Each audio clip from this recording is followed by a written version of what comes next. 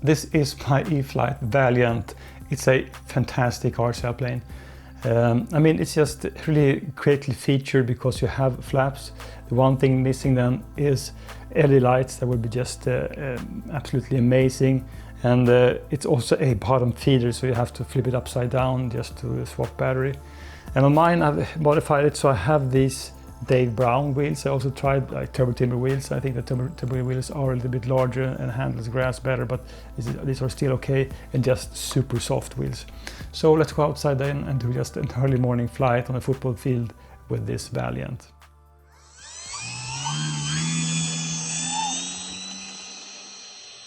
This plane just gets off the air so easy.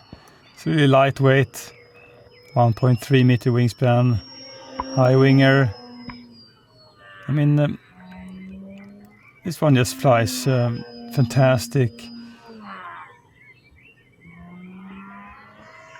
Although it doesn't feature the fastest roll rate or just like the snappiest performance of all my RC planes, the thing is, this one is just so easy to fly, regardless if you're flying inverted or in any way direction.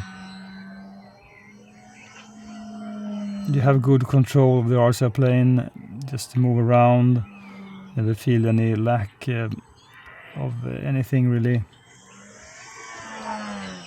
And high-wing RC planes, they are considered like a trainer, and just the name suggests that it's the only RC plane that you should train to fly on.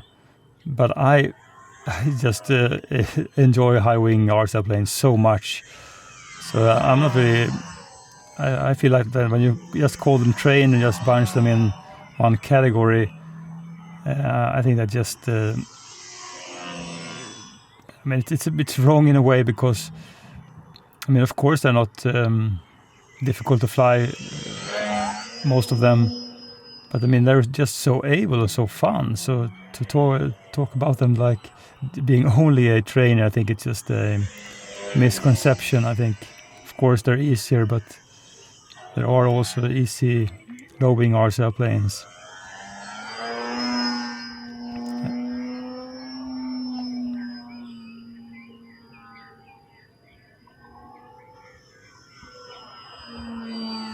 And if you consider like a second RC plane, and for instance you have flown like the Hobbyzone Apprentice S2 or similar RC plane,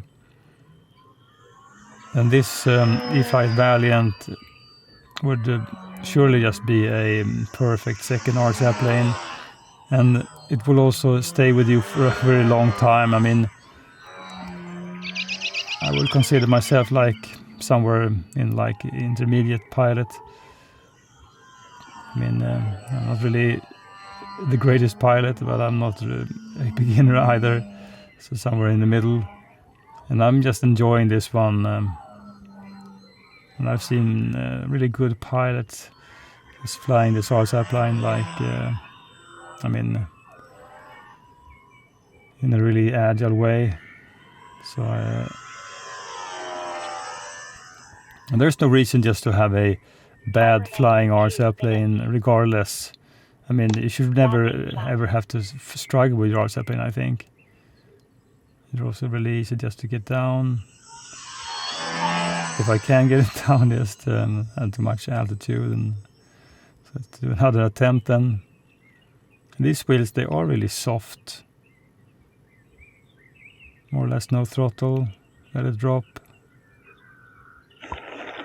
Just straight on the main.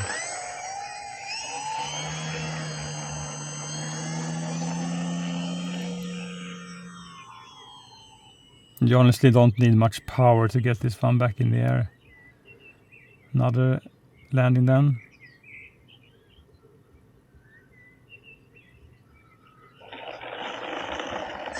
I mean, it's just very easy.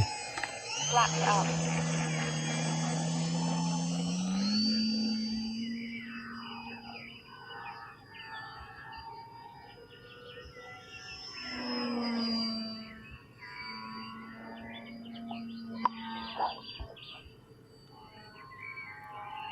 Time remaining 1 minute.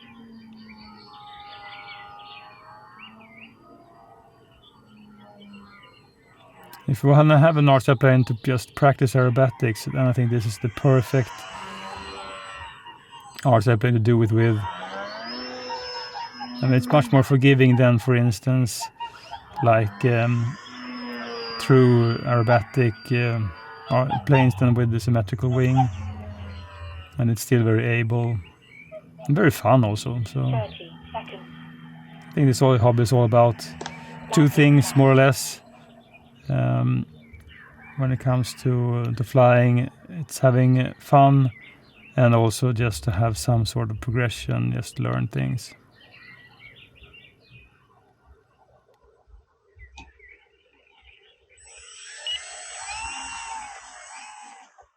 Honestly, when you just fly an arts airplane like the Valiant, then it's so difficult to just justify, I mean, to find anything else to fly.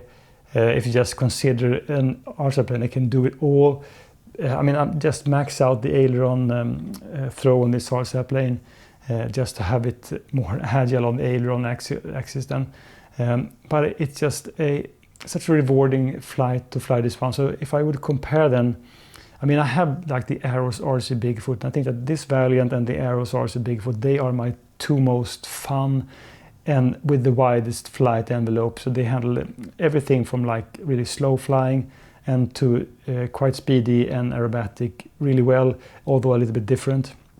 I cannot compare this one then to the Night Timber X, for instance, from E-Flite or the OMP Bighorn, because these planes are much more agile. On the other hand, I think this one handles slow flying much better, so you can bank it quite steep and just go around and just have a really great and fun time. And I also think that, I mean, this one is 1.3 and you have like the FMS Super Cub PA18 1.3, but this one is so much lighter than the Super Cub then. So it's just, you go upside down, do loops and rolls and whatnot, and you never feel that you're going to lose control of this arts airplane. So it's a really rewarding flying experience, flying this E-Flite Valiant.